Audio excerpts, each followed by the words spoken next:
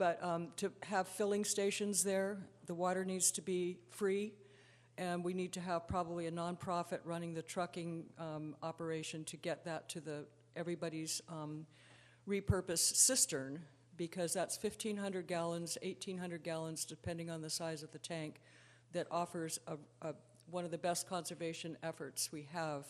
Those are people that will never use drinking water to water their garden. They can do laundry with it. They will not be using it to spray down their cars if you need to. We're living in this kind of suffrage zone because we can't use any extra water. That gives people the opportunity. But if they don't know that's an option and they crush their septic tanks, then it's all about having to go buy a tank, bring it in later. This is the future of dealing with drought, is to actually use that repurposed water, and we're lucky to be able to have some. So I encourage that go forward. And I really do believe that we need to develop a program to put meters on all the ag wells and private wells. And it shouldn't be that the well owner pays a penny for it or has to pay any extra expense. It needs to be a program, because it's known that 20%, they usually cut back 20% of their usage once they're part of a system and they can understand that there is a basin that we're all sharing. And so I encourage to look at some way that we could have a one-year, have them, we purchase the meters, get a grant, and then we inspect to see we get the data as to how much they used. It'll give us a much clearer picture of what we're using, and certainly encourage. And then again, I think we need to lower the price of water to these farmers to encourage that they stop pumping. So those are just all ideas that still go into that conservation direction. Thank you. Thank you. Chuck? Hello, my name's Chuck Cicino, speaking as a resident of Los Osos.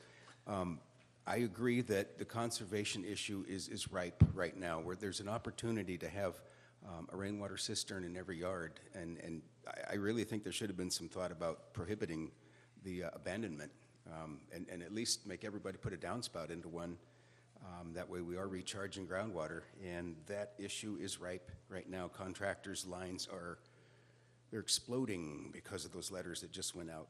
The other thing I would like to encourage you with is to move ahead with the videotaping. This is reality TV at its finest. This is what people should be watching at home. It has to be available. It's a 1:30 in the afternoon meeting. A lot of people just can't get here. And the cost of the room rental has already been included in a budget that allows that money to be moved to videotaping. So make this reality TV a reality. Thank you. Thank you. Richard? Richard Margetson. It is within the current budget. This is the meeting that you need to give direction to staff, since it is within the budget and it's not an additional outlay of funds or an increase in the budget. And Marshall, I hope when it comes back after public comment, you elaborate on the opinion of your finance committee for the CSD and the public that attended your last CSD meeting on this issue. I'll leave it at that. Okay, thank you. Next. Since we're talking about conservation, I'm Patrick McGibney. I represent the San Lucia chapter of the Sierra Club. Well, the rain appears to be over, and the big El Nino we were promised stayed to the north of us. And we considered what we got now an average rainfall. Next year, they're predicting the return of El Nino, and for us, the drought still continues into the foreseeable future. I support what people have said about regarding the value of septic tanks and their repurposing. In our conversations with the contractor, it appears only a small % of residents understand that value and are planning to repurpose their tanks. In the county brochure that you sent out, which I really commend you on, I think it was a very good job. I hope everybody's received their copy of it. The rebates were mentioned, and repurposing was discussed, but there was no mention of rebates for repurposing, which would be an incentive and an encouragement towards that goal. At the last BMC meeting, our concerns of redirecting the money from the conservation grant was expressed. We understand that that does not preclude future funding from or for conservation, but at this point in time, time is of the essence. There should be a concerted effort by the county and the purveyors to achieve this goal and advertise by all means necessary to the community that conservation is essential to help save the basin and that the county is doing its part in making rebates available. And part of those rebates should be towards repurposing. The $2 million plus that is still designed or designated for conservation must be used in that pursuit. Water surveys, as required in the CDP, must be implemented to help people understand that rebates and the best indoor-outdoor options, including repurposing options, are there. Have rebates of $500 for washers, recirculators, or repurposers for rainwater reuse. Show the community you are serious. Show the community and the state that you are engaging all stakeholders in the mutual effort to restore the basin to a sustainable, healthy resource that can support this and future populations. Be the good guys, proactive problem solvers. Take out ads in the newspapers, the radios, the televisions, and show the community that you're committed to working to save the basin, and they will respond by supporting your request for the funding that's needed for this program to move forward. Thank you. Thank you.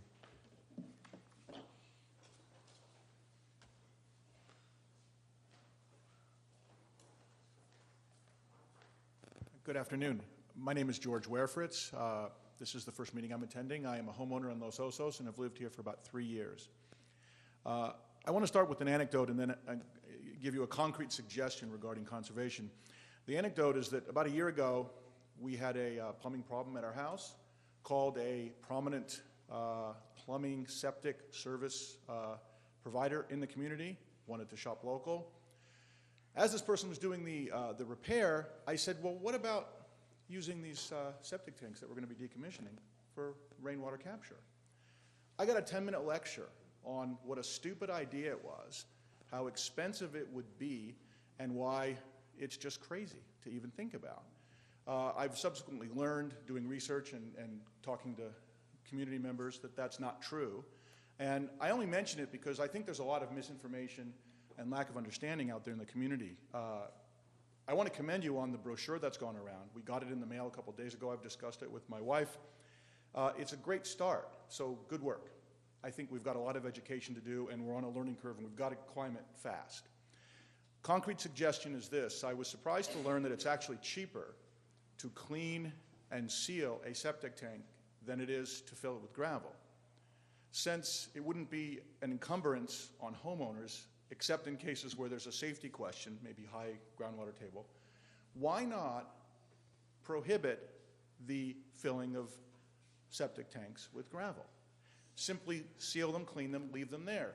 That represents at the very least a latent capability. Maybe the person that does it decides in a year or two they can afford to do a capture system. Or they sell their home and the next homeowner says, hey, this thing's in the ground, look what my neighbors are doing. I don't think most people understand how much they can get off their roofs if they plan their system correctly, or that there might be access to some of the water that's coming out of the wastewater plant to be pumped into those tanks. Others have said it, I'll say it again, I think it's an opportunity now for Los Osos to really show, and for the county to take these tanks that are in the ground and really repurpose them to be proactive to fight a water shortage that I think we all agree isn't going away. That's my comment. Thank you so much. Any other comments? Okay, seeing none, we'll close public comment. I just would like to talk about a couple of things first, just for clarification purposes. Some of the things that have been raised, and I appreciate you guys giving us compliments for the brochure, but quite frankly, we didn't have anything to do with it. That was the county. So I'm going to defer to you two to discuss that a little bit more about the repurposing and what can or can't be done within the parameters of what you have available. But we are going to be discussing repurposing and conservation measures next meeting, and as Rob already mentioned, until we got our budget finalized, we were in kind of an awkward position here. So that will be a major discussion item for our next meeting. And ag metering, again, that's a county issue. It's nothing that we can deal with. So I'm going to refer those both back to however you want to deal with it, Bruce, and then we will take one last look at the videoing as the last thing. But if you two want to discuss both the repurposing funds available and the ag meters, I think that would be the best way to go. Thank you, Mr. Chairman. I wonder, just because it keeps coming up over and over again, we've discussed this on a number of times, if either Mr. Hutchinson or Mr. Dienzo would explain exactly what we're capable of doing with the funds that are meant for conservation. We think repurposing of septic tanks is a great idea. The funds in the conservation are specifically to indoor water use. We're committed on $5 million to indoor water use. Were we to do anything about outdoor water use, which is an absolutely worthy goal, we'd have to go seek a modification of the permit from the Coastal Commission. So, you know, with that, we've explained that in public any number of times. So actually giving rebates to do repurposing is not on the table at this point, unless my public works staff can give me some new information that we haven't dealt with before. As to the outreach and the efforts at getting people engaged in the repurposing effort, Ray or Mark, you want to speak to that? It's again something we've promoted very, very heavily and are very interested in seeing happen.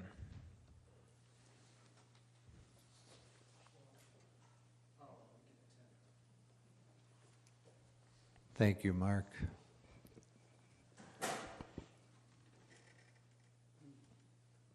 Yes, Mr. Chairman, Mark Hutchinson, Deputy Director, San Luis Obispo County Department of Public Works. The nexus between the wastewater project and the septic tank repurposing actually comes out of the coastal permit. There was, many years ago, a one-line condition on the CSD's previous project that required the agency to encourage homeowners to connect their leach fields to their downspouts.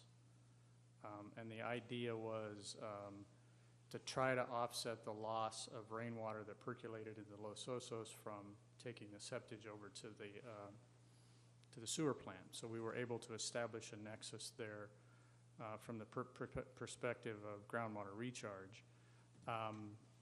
When that project rolled over into the county's purview and we took a look at that condition and cast a wide net and found out that there was more information on that topic, partnered with what was then called Slow Greenbuild, who's done an excellent job. I think we're very on the verge of coming out with, if we haven't already, a multi-page brochure that gives you all kinds of options and alternatives for your septic tank.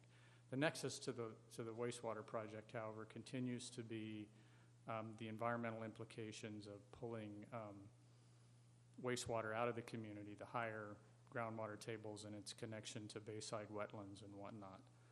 The idea being if we can take some of the rainwater and put it into the ground, leach it into the ground, it would offset any potential environmental effect there. But at the same time, we also discovered that just bypassing the septic tank and putting the rainwater in the leach field could be leveraged by keeping the tank in various forms. So there are many, many options.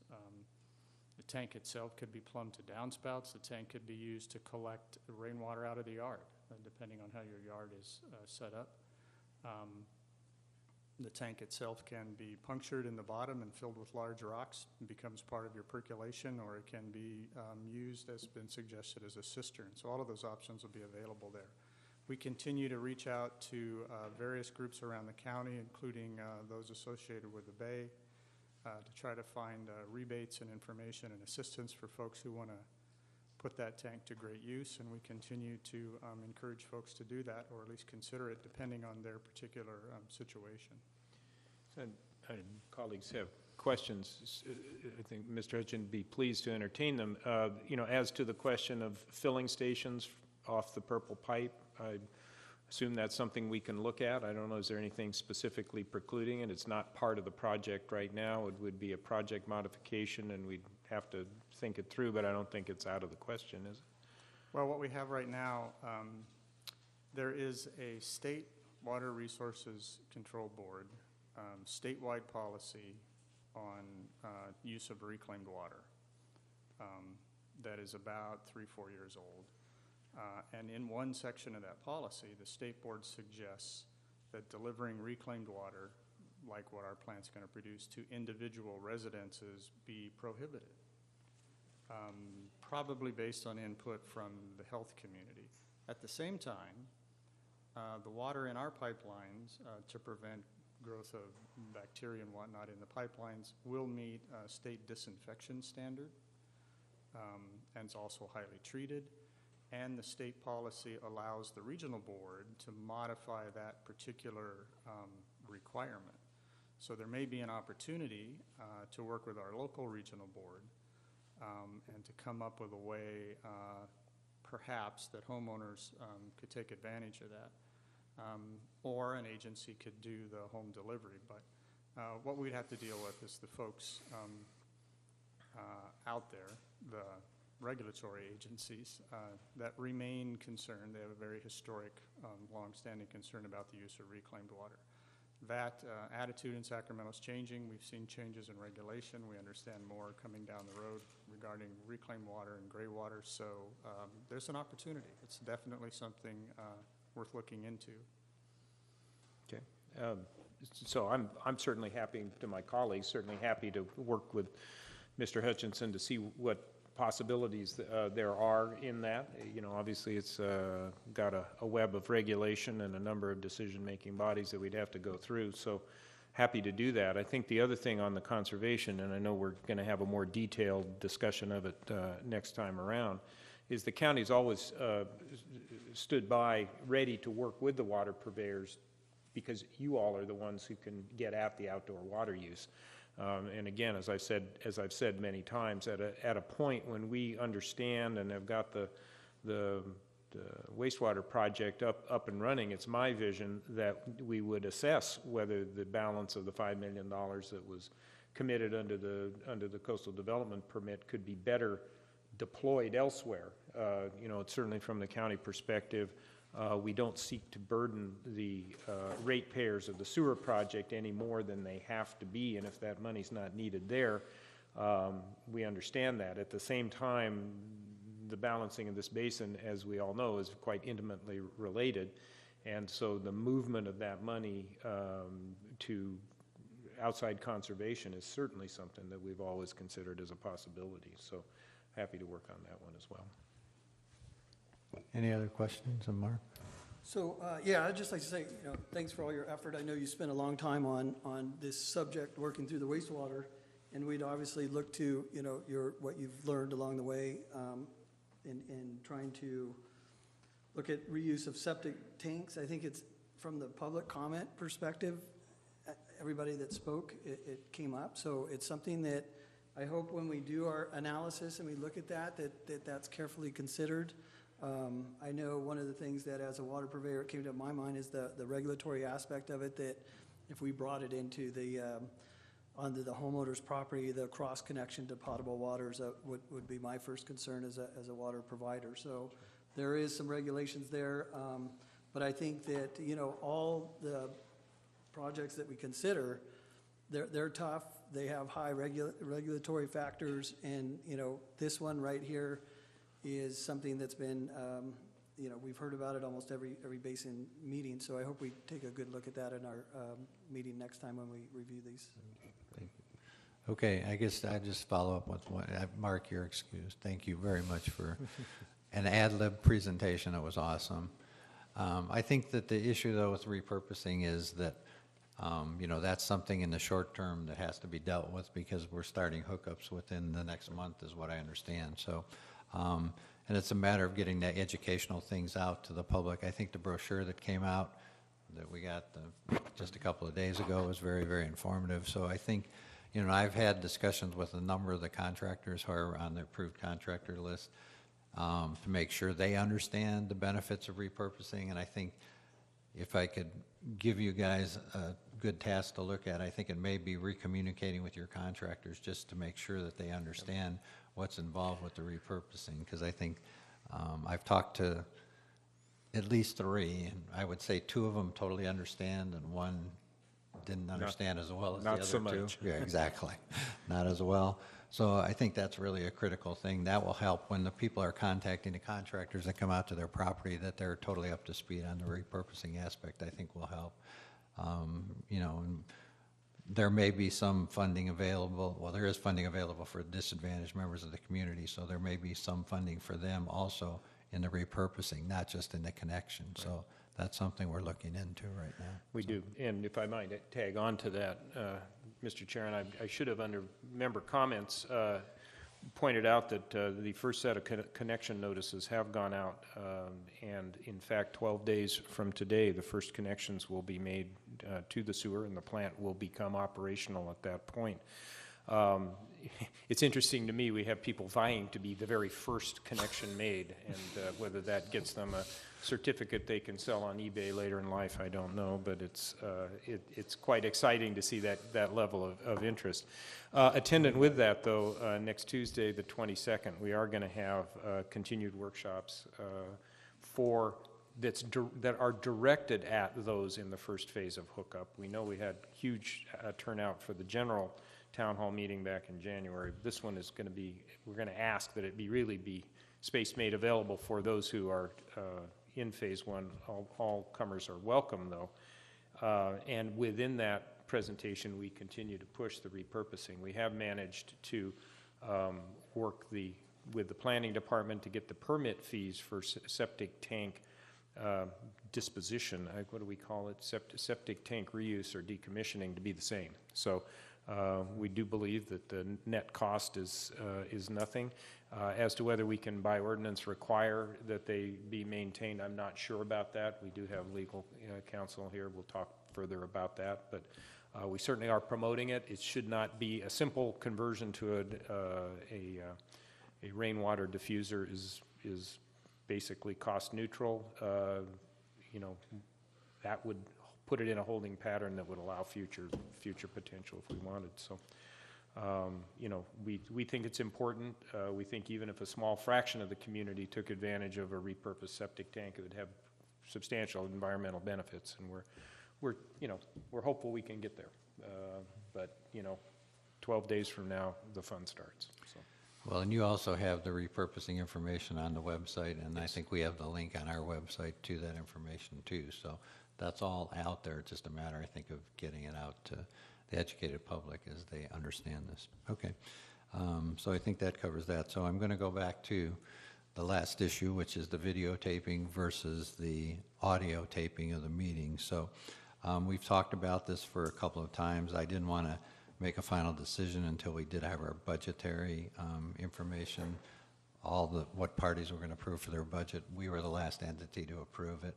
We did approve our budget up through the end of the fiscal year, and then we'll look at the rest later.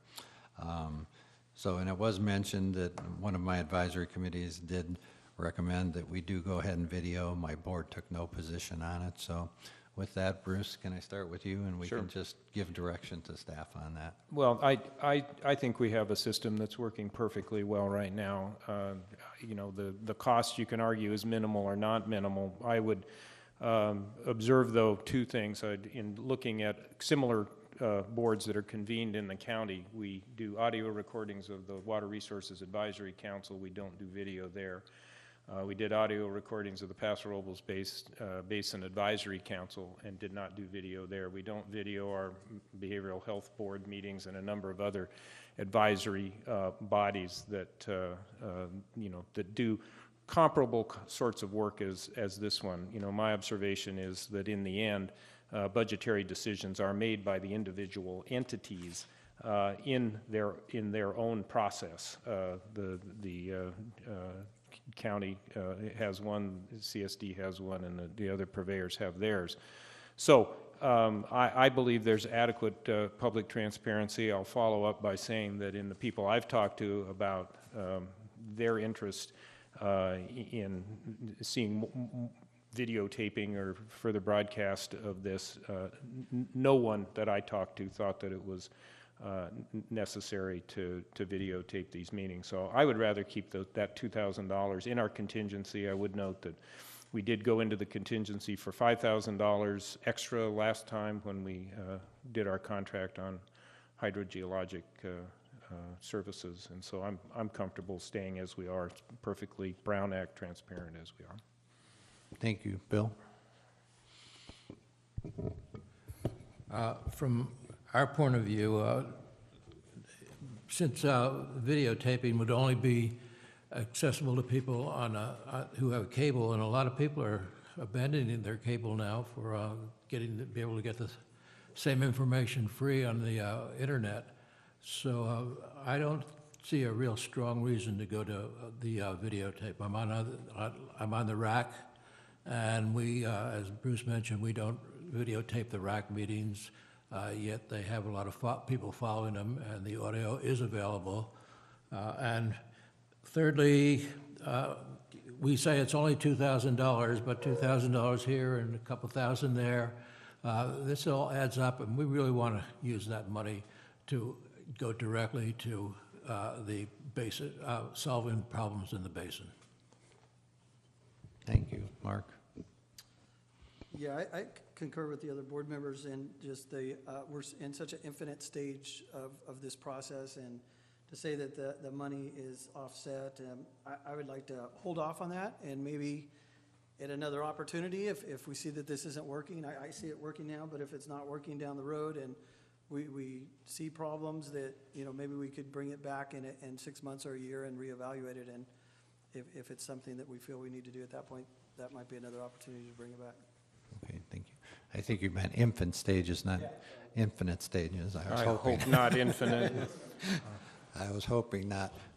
Well, obviously you have direction already, regardless of what I have to say. But I think the critical component here, as that's been raised by the speakers, is that we make sure that we get this information out to the public. I think that's the critical component.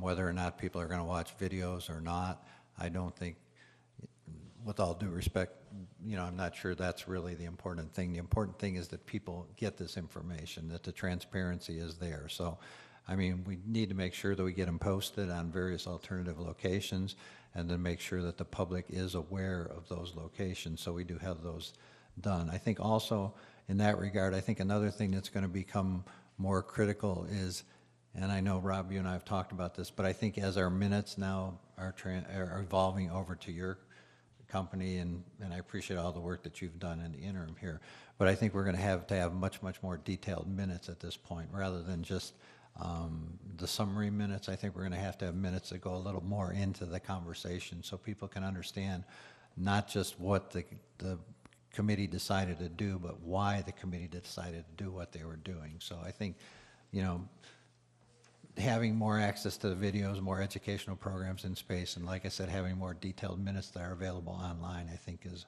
what we'll do. And then, as you mentioned, if we want to revisit it after we get past our infant state, we will do that. Okay, all right, thank you. Then I'll turn it over back to you guys for the action items. Thank you, Mr. Chair. The next item on our agenda is a follow-up discussion on the concepts of creek discharge that we spoke of last time.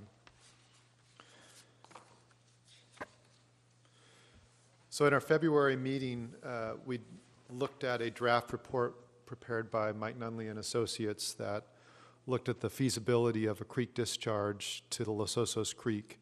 Just to remind the public, this was a discharge that was contemplated during dry weather, a seasonal discharge.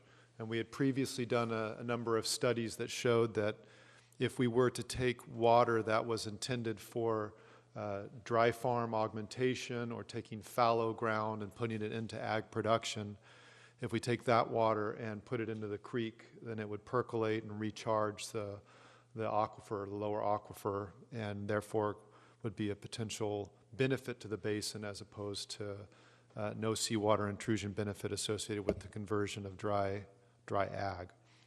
So we looked at the challenges in that draft report, which we discussed last time, and the primary challenge was one of travel time. And the concept is this: once the discharge occurs in the creek, the water percolates quickly, but how long does that water remain within the soil layer before it hits its first production well? And Department of Drinking Water at the state level uses that metric, the amount of travel time, to determine a number of triggers, including whether the project would be categorized as a normal discharge project or a formal replenishment and groundwater recharge project. And then regardless of the classification, what level of treatment would be required is tied to travel time. So you have a lot riding on that one value, and the report in its draft form didn't provide a lot of input there because it just wasn't a known quantity.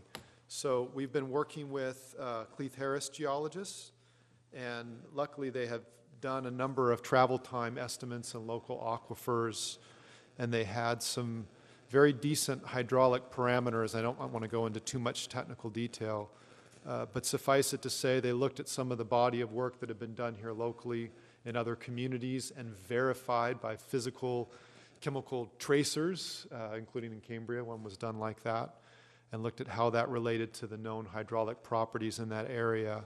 And they came up with some estimates, and these are estimates, but we do expect them to be sufficient for the purpose of answering some of the critical feasibility questions. In your staff note, we provided a figure which identified the location of some of the nearest water supply wells that were adjacent to the proposed creek discharge location. And as it turns out, there's 2 wells that are fairly close, within 1,000 feet of the discharge, which hydraulically is pretty close. Those wells are both private. One is domestic, one is for irrigation purposes. Beyond those 2, it appears that there's a significant separation to the next grouping of wells. When you look at the travel time associated with those first wells, the estimate was that somewhere in the 8-month range, so a fairly short travel time would be realized to get to those first 2 wells. Beyond that, the travel time increased substantially and appeared to be over 2 years. The state had previously identified 2 years as being a key threshold where if you're over that amount, you have more flexibility to discharge water that may not require any additional treatment from what's already being produced at the recycling facility that the county is about to commission.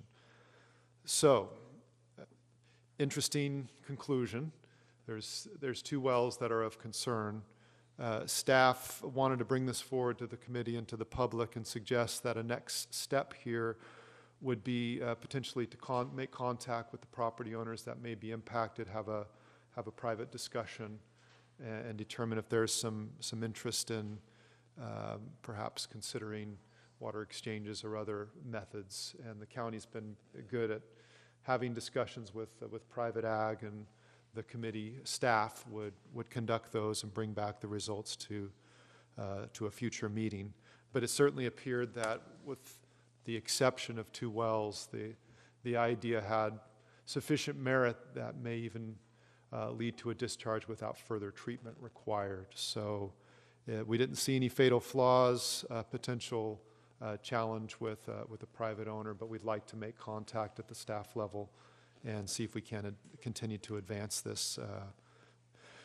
There's no financial considerations at this time. We're still in the feasibility stage. If we get to a point where it appears that we have an arrangement that would be workable and that there'd be a financial implication such as an application for permits and that sort of thing, we'll certainly bring back that back to the committee for consideration.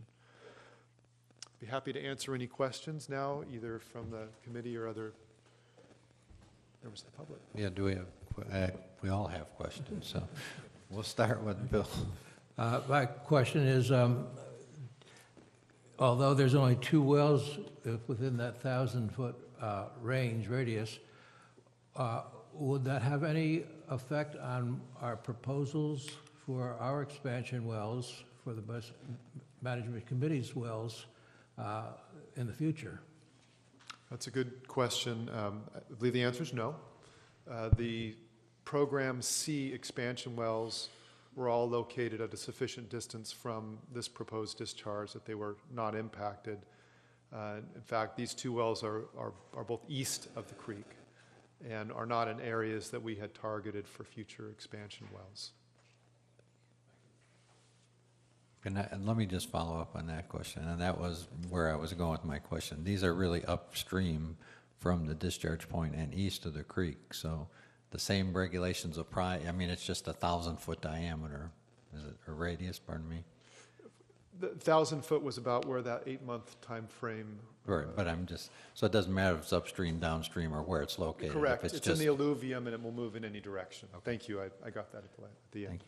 Yeah, Mark? That was my question also. Covered two for the price of one there. You had a three-fer here, and I was wondering, is there any, would there be any benefit to actually trying to do a test if those well owners were amenable to confirm that? I mean, I spotted a pretty substantial gradient there.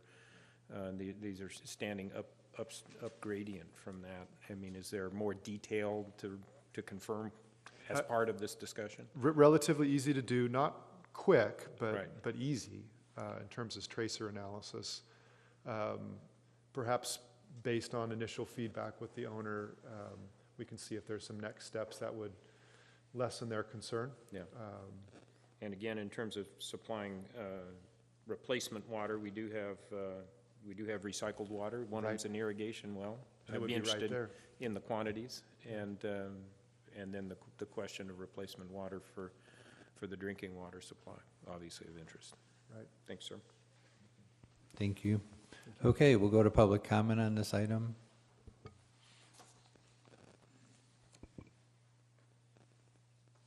My name is Keith Weimer, homeowner. I'm speaking on behalf of myself because the groups don't have a position on this. I spoke last time and I supported this, but I supported this as a replenishment project. And the reason, of course, is that recycled water is important, it's valuable, and we need to get as much of a one-to-one offset with seawater intrusion. So we know that the most beneficial uses of recycled water are urban reuse and ag exchange. So urban reuse because it directly offsets the pumping from the western side, western and central parts of the basin, and then ag exchange because the water that gets used on the other side of the creek, let's say, gets replaced and brought back so that it offsets pumping in the western and central parts of the basin. So if this project is going to be an efficient and effective use of recycled water, you need to establish that when you put the water in the ground one place, you can pull just about all of it out somewhere else. So if this study will need to, in order to protect our recycled water, it's going to need to verify that the wells, let's say in Program C, are actually going to be benefited by this program directly. When Spencer Harris went before the Planning Commission in 2009, the same question came up. And he told the Planning Commission at that time that he is not certain about how much water goes to the bay versus how much water could be captured by wells. So there's a good deal of uncertainty in this, and whatever study happens needs to verify and establish. There's also uncertainty, and there's also an indication of a lack of efficiency already, because if we're going to be giving water to somebody to replace the use of their wells, and then we're already talking about permitting and social uncertainty, and you link that, you couple that with the uncertainty of that's inherent in modeling and predicting where water goes. Remember that the Broderson project is a disposal project, and it is rated at 0.22. There's a 0.22 mitigation factor in the EIR, and that 0.22 factor is an indication of how much it will offset seawater intrusion. And conservation and urban reuse and agricultural exchange are 0.55. So a disposal project only gets you the efficiency of about 40% in terms of reclaiming your recycled water. Thanks. Thank you. Any other speakers on this item? Okay, seeing none, we'll close it to public comment or bring it back to the board. So I can have discussion, a motion, however you guys would like to go. Don't think we're going to have a motion, we're just looking for direction. Mr. Chair, if the committee is amenable within our existing budget allocations, staff will take the next steps. And when there's a financial implication or a contract or something that needs to be executed, we'll bring back a recommendation for action. Yeah, sounds like useful stuff to do to me. Yeah. I think since we all had the same question, we got that answered. So, okay, let's go to your last item then, Rob. Thank you, Mr. Chair. The last item on your agenda is a discussion of the integrated regional water management planning process, particularly as it relates to this recently created body in its infancy, as you've said, and how we can best integrate, well, for want of a better term, work with that process in order to maximize our ability to secure grant funding and to position ourselves for future funding. And so the county's had a chance to sort of think this through a bit, and we'd like to give Ray an opportunity to talk about the pros and cons and give some feedback to the committee. Yes, thank you, Rob. So, so basically the basic question is the eligibility of the BMC to participate in IRWM grants, correct? There's two paths that we can go. One of them is currently available to the BMC, which is the LOCSD and the county and S&T Mutual are all project sponsors currently as members of the RWMG group. And because of that, any one of those agencies or entities can be the lead project sponsor and participate in applying for and administering grants by a funding agreement with the flood control district, the county flood control district. So that right now is available to you, and actually it's a really good option for us because right now there's all of those entities have pretty good standing with the flood control district and with DWR. So that's one option. The other option is forming a JPA. JPA would be comprised of all of those entities, all of them together as a group, S&T, Golden State, LOCSD, and the county can form a JPA.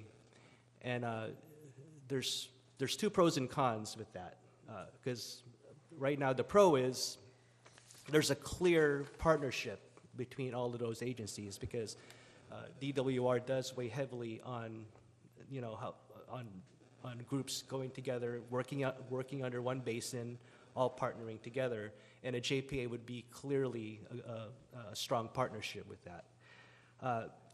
The only con with that, that would be the pro, I'm sorry. The con would be that the JPA, in the early stages of that formation, does not have a good financial history and backing, which is what the DWR and flood control district would be looking for, because it's in the infant stages, and certain things like 3 years of audited financial audits be given as proof as a JPA participating as a project sponsor with the IRWM program. So although so right now, but there's definitely good reasons to form a JPA for other reasons, for other funding. But as far as grants are in the IRWM grant program, it doesn't necessarily give the BMC better standing to get grant monies, because right now 3 of the 4 agencies are project sponsors already. So. Mr. Chair, if I could maybe elucidate that a little bit too, and maybe ask Ray a question. So in the event that we apply for one of the basin plan programs, we select the most competent applicant, everyone provides letters of support, and you think that would be equivalent partnership? Yes. That would definitely be a good way to establish a partnership under the current status right now of us being project sponsors.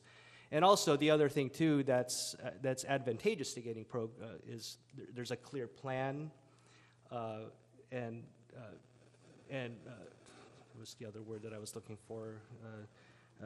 There's partnership and plans that are already in effect that would also give us good standing. So So something as simple as letters of support and sub-agreements that would be made, with the project sponsor, whether, as an example, if the LOCSD became the project sponsor, all the rest of the other entities would make sub-agreements, including, the Golden State Water Company within that new project grant funding. So. Yeah, just one other question to follow up on that. And I understand where you're coming from, but if we were actually a member of Earworm, and that's one of the few anachronisms I like, but if we were actually members, then we would have a vote on the policy set by the group, the management committee, right? Yes. So there is yes. things above and beyond just the grant part of it that have implications. Yes, yes. Because right now, as you mentioned in here, we're a member. Sunset Terrace is a member, the county isn't, but Golden State is not, so. But they can be. They can be. Is their choice? Yeah. Because there's different, right now, Golden State is not a project sponsor, but they can be. Okay. It's just a matter of adopting the plan, and if you want, under that's written in your staff report, to be an implementation affiliate, you would simply need to adopt the Earworm plan, and to be involved with the regional water management group, you would have to adopt the plan and also sign the MOU, which is basically, working together with the other group members. Right. No, I understand that. Yeah. So, I mean, I was just trying to clarify for the record that there were issues above and beyond just the grant funding that could play into this decision. Right. Okay. Bruce? Well, I guess the only question I have is if we don't go to the JPA, which does seem to be another level of complication and, messiness, although we might end up there, the future may put us in that position, which would be fine. If we were to come forward with a project that had some specific direct effect on Golden State's service area or change to Golden State's infrastructure, without the BMC being a formal member as the BMC, are you saying that we can still, as the county or the LOCSD or as S&T, take forward a project that would cause those improvements to be made or that program to go forward in S&T's world? Yeah, if the question is to participate in IRWM grant funding? Right. Yes. Okay. As long as, the lead date, the project sponsor is one of us. Right. And there's a clear partnership that's established. Right. That's all. And is there any barrier to Golden State simply joining the IRWM group, even though they don't have anything on the table to bring forward at this point? No, because, a sub-agreement does need to be, would detail all of that out. And based on our findings at the moment, they are eligible for, to be part of that sub-agreement, so yeah. So there's no real barrier? No barrier, no. Okay, thank you. Okay, so we'll go to public comment on this. Maybe. Mark, did you have something? I apologize. Well, I just think one of the things that came to mind is that you mentioned there would be a time that our standing would be lower if we did join a JPA regarding the financial backing, the 3 years. If we, are there grants that we're after right now that would lower our standard by forming a JPA right now? Is that? Well, because I think I came from it from a perspective of the JPA would give us a better standing. Right. And the clear question to that is it's not necessarily true. Like it's better that one of the project sponsors that have good standing would partner with the other agencies. That's all I was going with that. Yeah. So just my other comment would be that, I think we need to look at this in a little more depth and maybe at some point direct staff to flush those out, the pros and the cons out a little deeper. It's my understanding that the projects that we want under plans A, B, C, and D, all of them, from our meetings that we had as part of the ISJ, I understood that the ownership of those projects would be the Basin Management Committee or a JPA. So if we go for grant funding for a project that benefits the Basin Management Committee, and for that, I'm saying that wrong. If we go for grants, it would be the Basin Management Committee that would get the actual dollars to be used on projects that they do. Is that possible to proceed that way? Well, as far as like, maybe some of the legal staff can clarify some of this. I don't want to misquote something, but I think like in the context, yeah, I guess those are other issues of what would benefit the JPA, because there's obviously other benefits to JPA that's outside of the grant funding world. Right. And that's where I was going to try to bail you out there. I mean, in our discussions, a JPA was always envisioned. Right. This is just one component of why the JPA would be put in place. Yes. And so, I guess I still have my questions out there is can the JPA be a grant funder? And well, the receive the funding? JPA, I think, can be grant funder, but Or if we don't form a receive JPA, can we as individual entities get grants for the Basin Management Committee? Want me to take a shot at that? In looking at the basin plan projects, for instance, if a Program C well was developed on the east side and it's connected to the district system, and then we distribute that water throughout the community through our interties, I think that's one that would obviously be eligible both to be owned by a public entity and to be operated for the benefit of the basin. If we were to develop a well that discharges directly in the Golden State system, we'd have to look at the specific grant program, because there are grant programs that allow mutual water companies to own facilities. There's some that don't do that. Right.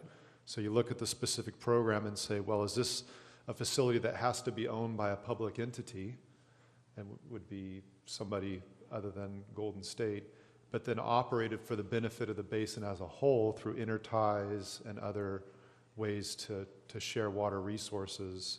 I think there's ways to structure it where you could do it without a JPA, but I think in the long-term thought process, it always seemed conceptually simple to have, well, you have a JPA, then they can own all the facilities that you propose for the basin plan. But I think there's multiple ways to get at that.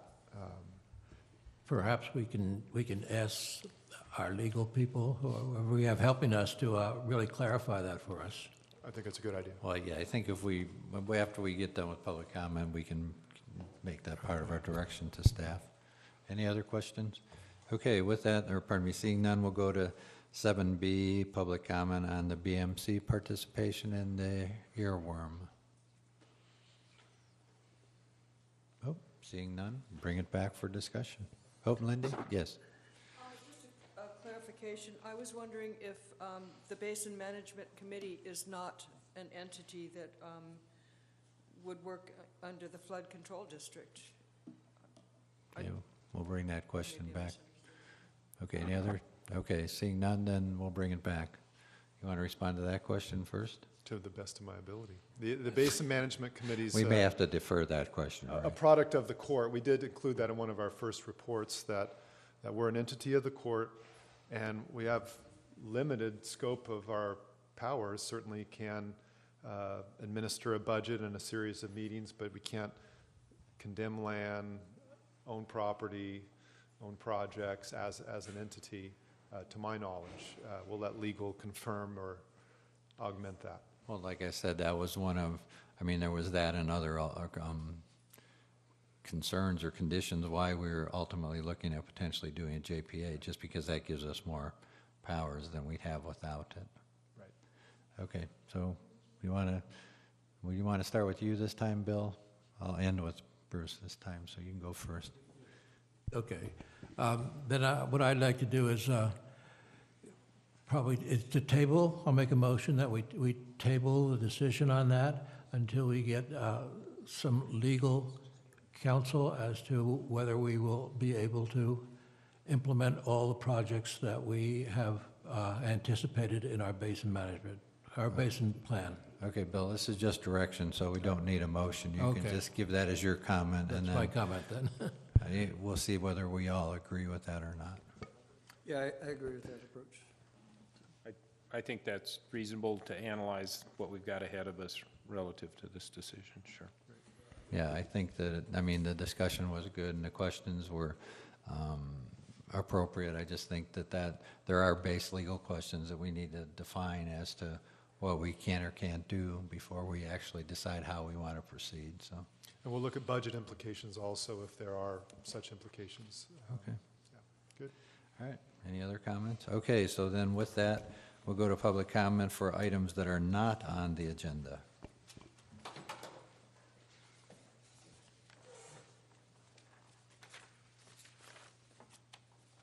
Patrick McGivney with the Santa Lucia chapter of the Sierra Club, and I have two issues that I'd like to speak about, and they are related in some way or another. We have 2,200 people in our membership, and hundreds of those live in the Los Osos Baywood Park area. A lot of those are elderly people that don't use computers. We know this because we do have a newsletter that goes out 10 times a year, and we've thought about putting it on an electronic newsletter, but we've gotten so much reply from our membership that they do not use a computer and that they like the newsletter. So they also don't use the news or the computer to be looking or listening to the recorded meetings that we have here. So it is very important that they are informed, and Marshall had stated that that's the main reason, or one of the main reasons that, you know, the outreach is there, is to inform the community of the situation with the groundwater basin, the rebates that are available, everything else that is going on. So as far as the videotaping goes, Bruce, I understand that you don't think that we really need videotaping, that you're happy with the audio part of it that we have, and two of the other members agreed with you on that, and there was the $2,000 that was an issue that should be put towards something else. But so what I'm asking you is, if we were able to raise that money, which we can, and give that to the BMC here for videotaping, is there any other reasons that you wouldn't want to outreach to the community with a videotape and make that available to them? So that's not a rhetorical question. I'd like an answer on that. Also, you made a mention, Mr. Gibson, as far as the rebates go for repurposing, that indoor water use is really the only thing that the Coastal Commission has approved. Our organization has been in touch and is in touch with the Coastal Commission pretty much on a pretty frequent basis. And we've been discussing, of course, the water basin with them quite a bit. My understanding is that they really think repurposing is a great thing and should be done, and that I think if you were to just request that some of that money that is the $5 million to be used for outdoor water use, you would get approval really, really quickly for that. And that's something that has to be done sooner than later, because, as you say, in 12 days from now, people are going to start repurposing their septic tanks. If the community were to know that that money is available, it would be an inspiration, incentive, and encouragement for them to do that. And we really need to get that done. So I'm going to be writing a letter to Daniel Robinson. I will CC you also on that. I hope that might be a segue for the county to request that some of that money go to outdoor water use. And I think that would be probably really beneficial for the whole community. Thank you. Thank you. Hi, Carolyn Atkinson, and I had a question on the JPA. If a JPA is formed, a new entity, does that have to go through the court system? Again, does that have to be approved by the court and or the public?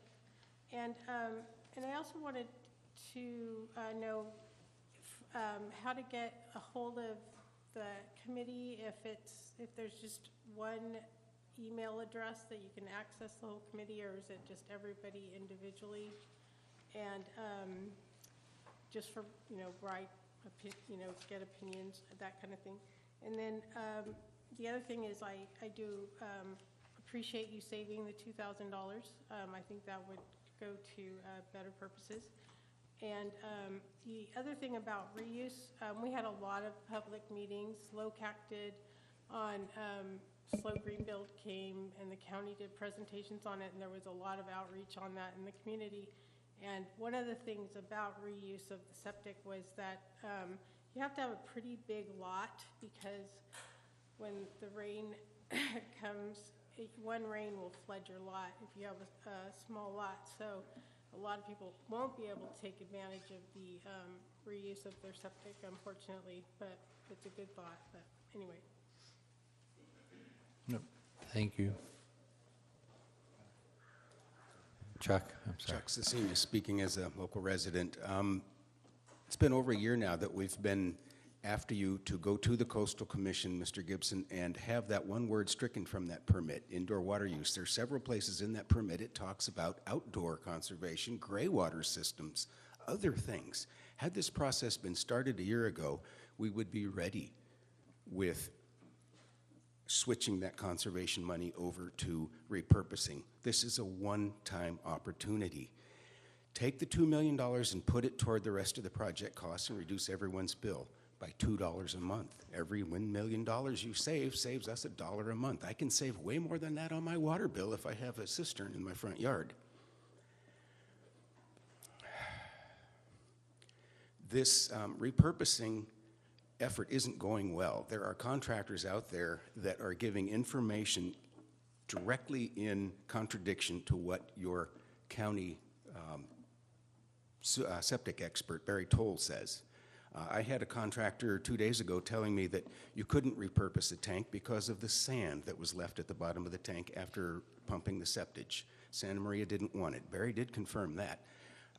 But what this contractor didn't realize, and it was proven when the county did 2 demonstration projects at some local fire houses that have burned down here recently, you can sanitize the tank leaving the sand in it. You just put extra chlorine in, leave the sand in it, you can repurpose it. I had to go back up to that local contractor's office today and inform them of that. Other contractors told me, no, the county told us that at the second training meeting that they've had. They knew which meeting they were told that the sand was not an issue, but it's still being pushed as a reason we can't repurpose. There's so much misinformation going on. Video these meetings. I've got $100 a month I'll put toward it. There's half your cost right there. Now, your other reason, people don't watch cable anymore, Mr. Garfinkel, your generation, my generation, we watch cable still. The kids aren't watching cable anymore. Those are the people you need to reach out to. If you want this vote to pass, you better be transparent. I know it's hard for some. We've been asking for that change in the coastal permit for over a year. You don't video any of the other meetings, the Paso Basin meeting. How'd that vote go?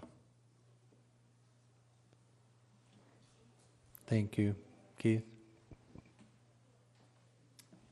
Keith Weimer, homeowner and member of the Sustainability Group and Sierra Club. Just wanted to echo what Chuck was saying. I've been doing research also. We've been asked to do research actually by a couple of county officials, and the contractors we have contacted have indicated that one of them, for instance, has 200 people that have signed up. Out of that, 2, I think was his number, are going to repurpose. The rest are going to have their septic tanks destroyed. So that's a terrible number, and it's already happening. So again, once people sign up and sign these contracts, it really is almost too late. But it's not really too late. If contractors have provided people the wrong information, then they need to go out there and take that back, and they need to give people the opportunity to do what they can do. But the county has to really put that message out there strongly. And I hope you consider what Mr. Werfritz said, and that is to require that people are able to use it if they can, because this is an asset that can help this community tremendously. I also wanted to thank you again for responding to our questions last meeting.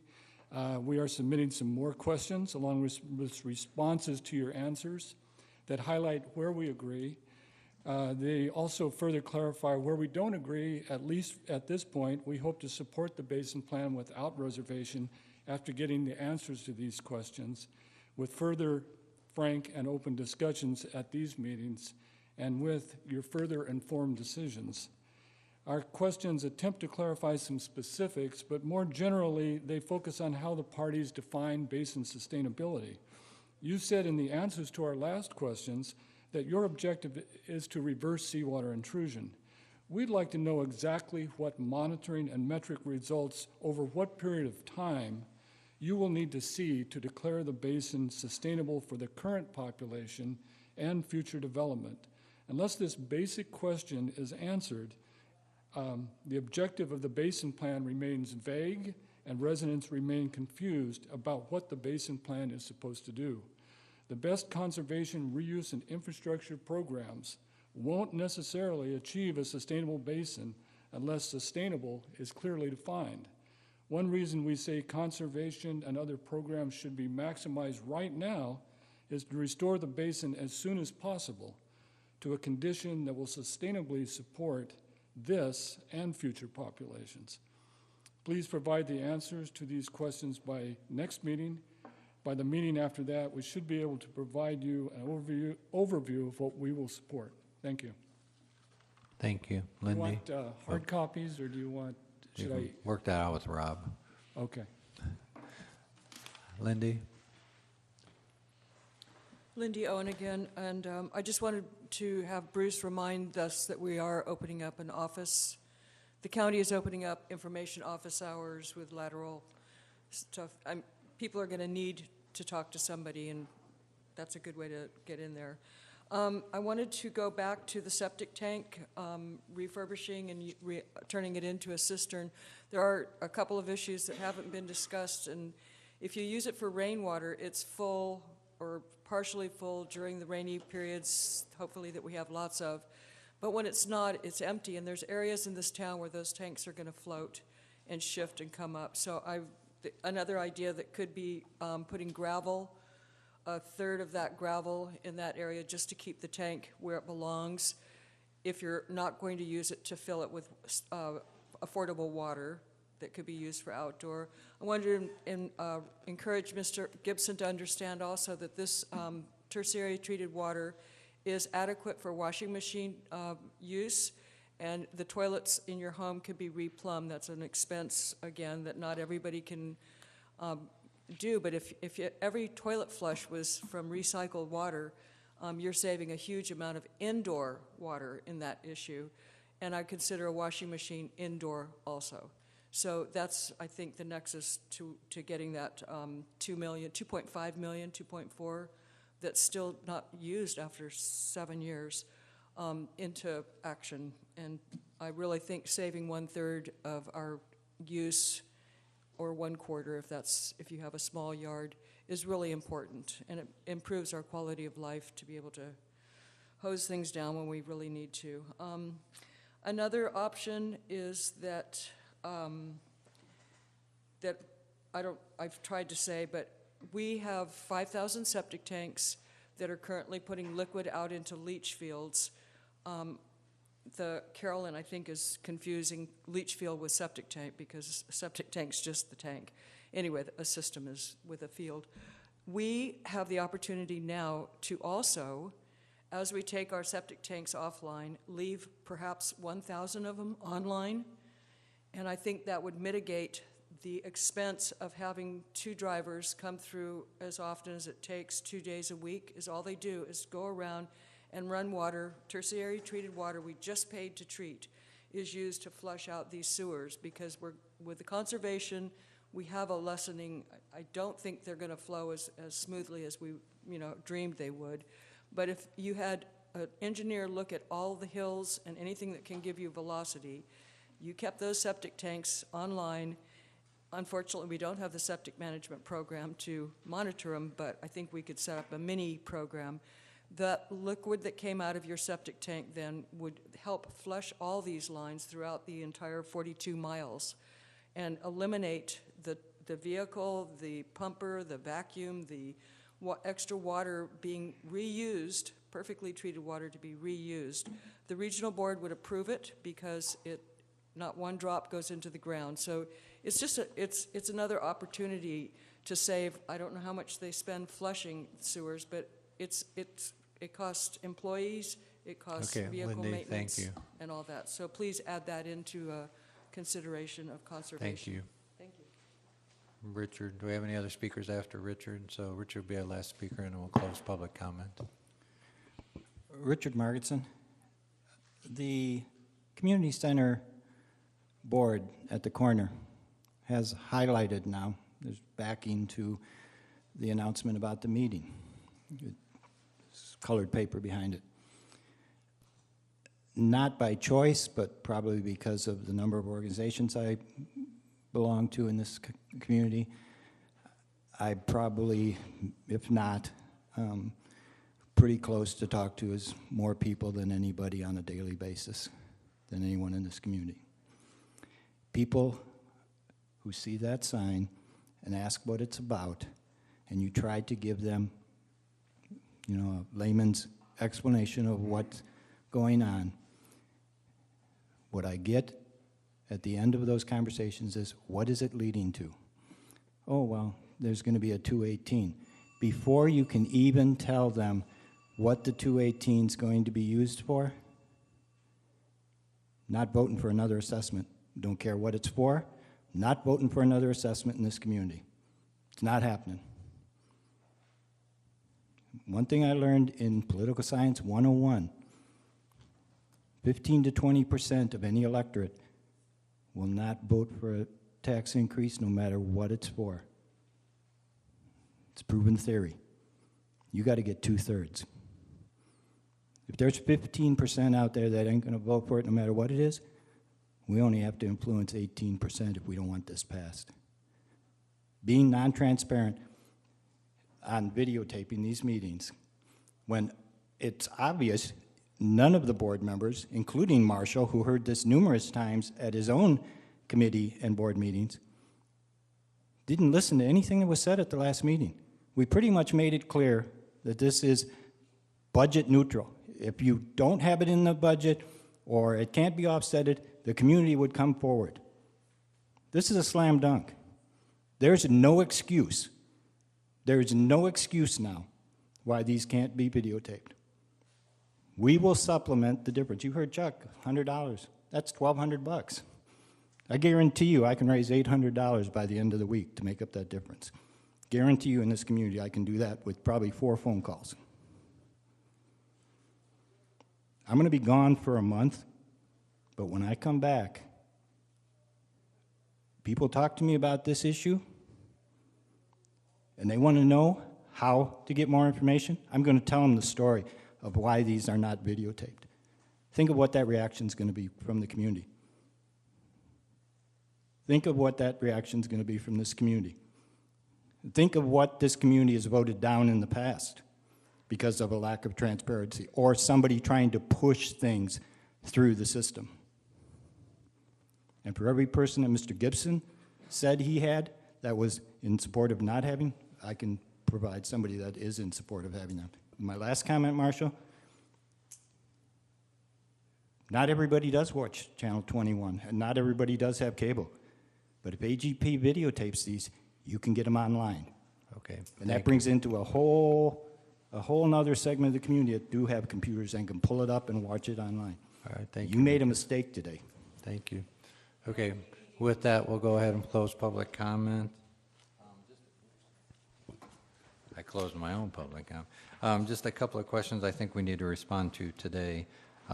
Just in the direction that we gave you regarding the JPA and the whole earworm stuff, I think the issue about how does that have to be dealt with by the court and ISJ, I think that's something we need to have the legal staff look at when they look at that. And then secondly, regarding her question about how do they contact the committee members, would you like to respond to that? Yeah, I think members of the community interested perhaps could contact me, and I'll send that out to all the committee members, and unless all of you have reservations, could also provide your emails. But for now, why don't you funnel it through me, and I'll provide it to all the committee members, if that Okay. sounds okay to the committee. Right. Any other response to questions that came up? Just very quick, I'm happy to have my county email posted on the website, however it works Yeah, my, easiest. Works for the you. CSD We too. Google so- you guys, and you come right And up. so I'll also work with county staff to be sure we're redoubling our efforts on getting good information about septic tank repurposing into the hands of the contractors. We are having a meeting next Tuesday, the 22nd, on Phase 1. We'll be sure that that's stressed, and our office hours on lateral connections are 10 to 2 Tuesday and Thursday at the office at, I believe it's 2025 10th Street, the old office, which had been open for many months, years in fact, as we went through the process of getting this project where it is. Thanks. Okay, with that, then we'll go ahead and adjourn. Our next meeting date, I believe, is April 20th. Thank you. 10 to 2 on Tuesday and Thursday.